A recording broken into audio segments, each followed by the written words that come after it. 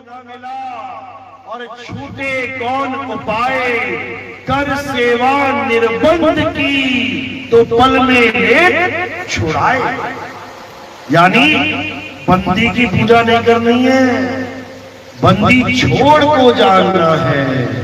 जब बंदी छोड़ को जान जाओगे तो फिर तुम यहां रह नहीं पाओगे, फिर वो तुम्हें काल जाल से छुड़ा ही लेगा। और कैसे छुड़ाएगा वो, कैसे छुड़ाएगा? मंत्र देगा क्या कि मंत्र जप लेना काल भगवान आएगा तो ये मंत्र मार देना काल भगवान बेहोश हो जाएगा? ऐसा नहीं है भाई। तुम्हारे मंत्र से एक मक्खी मच्छर नहीं मार पाओगे तो तुम्हारे कमरे में 4 मच्छर घुस जाए, मारना जरा मंत्र कौन सा आता है तुम्हें? एक भी मच्छर नहीं मरेगा तुम्हारे मंत्र से। ऑल आउट लगानी पड़ेगी, अगरबत्ती लगानी पड़ेगी, तब भागेंगे। या फिर दोनों तालियां बजाओ हाथों से, ठक ठक। अरे ये वाली नहीं, मच्छर मारने वाली। मच्छर मारते ना दोनों हाथों से, या ताली बजाओ या ऑल आउट लगाओ। मंत्र से थोड़ी नहीं मरेगा। जब एक मच्छर नहीं मर रहा मंत्र से, तो काल भगवान कैसे मरेगा मंत्र से? नहीं मरेगा। तो काल भगवान से कैसे बचाएंगे बंदी छोड़? उसका एक तरीका है। क्या तरीका है? जैसे धरती के पास तुमने लोहा छोड़ा तो लोहा कहां जाएगा? धरती उसको खींच लेगी। धरती ने लोहे को खींच लिया, अब धरती बंधन में डाल रही है, लोहे को खींच रही है। अपने आप उठ नहीं सकता, 1 सेंटीमीटर भी नहीं उठ सकता। फेंक के देख लेना, 1 सेंटीमीटर भी नहीं उठ सकता। अब इसको कैसे बचाया जाए? बंधन मुक्त कैसे किया जाए? बिना छुए एक चुंबक ले जाना उसके पास। जब चुंबक लेके जाओगे तो क्या होगा? इतनी बड़ी धरती है, इतनी बड़ी, वो धरी की धरी रह जाएगी। और छोटी सी चुंबक क्या करेगी?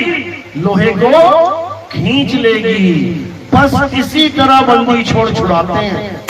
कैसे छुड़ाते हैं? लोह चुंबक की प्रीत जियो, लोह को लेके उठाए, ऐसा शब्द कबीर का काल से लेकर छुड़ाए। काल भगवान भी खींच रहा है तुम्हें, और बंदी छोड़ भी पूरी ताकत लगाएंगे तो काल की ताकत धरे के धरे रह जाएगी, और साहिब तुम्हें खींच के अपने पास बुला लेंगे। तो जब लोहा चुंबक के पास जाता है तो कौन सी चाल से जाता है? विहंगम चाल से। विहंगम चाल यानी सीधे धरती से उठा और सीधे अपने मंजिल पे पहुंच जाए। बीच में कोई रुकावट नहीं आएगी, कोई स्टॉपेज। क्योंकि कई गुरुजी क्या कहते हैं, परमात्मा तक पहुंचने के लिए तुम्हें 5 जगह रुकना पड़ेगा, 5 रूहानी मंडलों में रुकना पड़ेगा।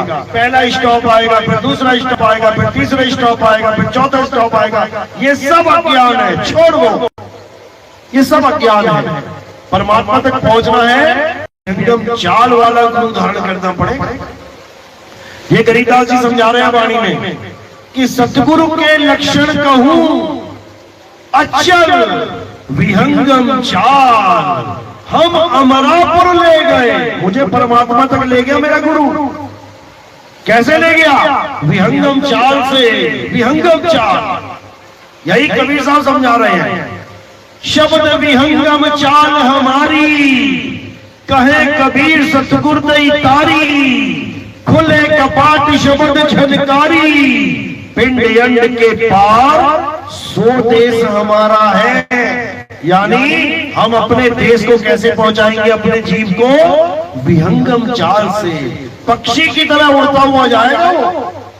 और कौन से पक्षी का उदाहरण दिया? अलल पक्षी। अलल पक्षी, अलल पक्षी के बारे में बताया गया कि अलल पक्षी हमेशा आसमान में ही रहता है, लेकिन एक बार वो ऐसा नीचे आया कि वो नीचे का ही होके रह गया।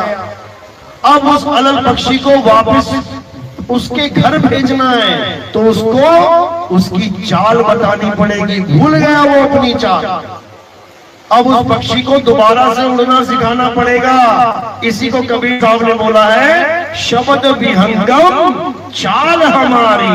विहंगम का मतलब होता है पक्षी की चाल, विहंग का मतलब होता है पक्षी। तो जो गुरु विहंगम चाल को नहीं जानते वो तुम्हें कहीं ना कहीं भरवा देंगे, मंत्रों में, जंत्रों में, पूजा पाठ में, हवन यज्ञ में, तीर्थों पे, मूर्ति में, कोई नदियों के स्नान में, कोई पर्वतों की परिक्रमा में, कहीं ना कहीं उलझा देंगे। लेकिन जो विहंगम चाल के जानकार हैं वो तुम्हें नहीं उलझने देंगे। वो तुम्हें ऐसी गति प्रदान करेंगे कि काल भगवान तुम्हें पकड़ ही नहीं पाएगा, पकड़ ही नहीं पाएगा। अरे ये धरती हांडी भई और ढकना भयो आकाश। कभी कुकर देखा ना, नीचे हांडी है और ऊपर ढक्कन है, टाइट करके लगा दिया ना, अब डाल दिए अंदर चावल दाल, ये सब चावल दाल बैठे हुए हैं, ये हम कुकर के अंदर बैठे हुए हैं। ये धरती हांडी है और ऊपर ये ढक्कन लगा रखा है, नीली छतरी, ये ढक्कन है नीले रंग का। अब हम सब कौन है? हम सब दाल चावल है, उबल रहे हैं, मर रहे हैं, खप रहे हैं, फिर यही पैदा हो जा रहे हैं। इस कुकर से बाहर नहीं निकल रहे, इस हांडिया से बाहर नहीं जा रहे हम। तो कह रहे हैं ये धरती हांडी भई और ढकना भयो आकाश, तीन लोक ईंधन भये, अरे जीव को कहा निकास। सतगुरु हांडी फोड़ के और ढकना दियो उघार, और सुरत चली सतलोक को, काल रहा झक मार। ये काल झक मारेगा। झक क्यों मारेगा? क्योंकि इसके जाल को तोड़ने वाला आ गया है, इसके जाल को काटने वाला आ गया है। इसका जाल क्या है? इसका जाल 52 अक्षर है। इसने क्या किया?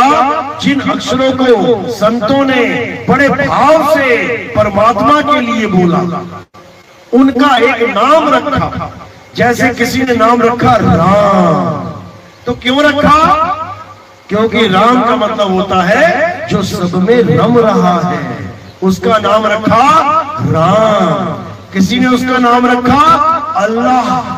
अल्लाह मतलब आला दर्जे का, नंबर 1। किसी ने उसका नाम रखा खुदा। खुदा यानी खुद में बसने वाला, खुद में आ तो पाएगा खुदा।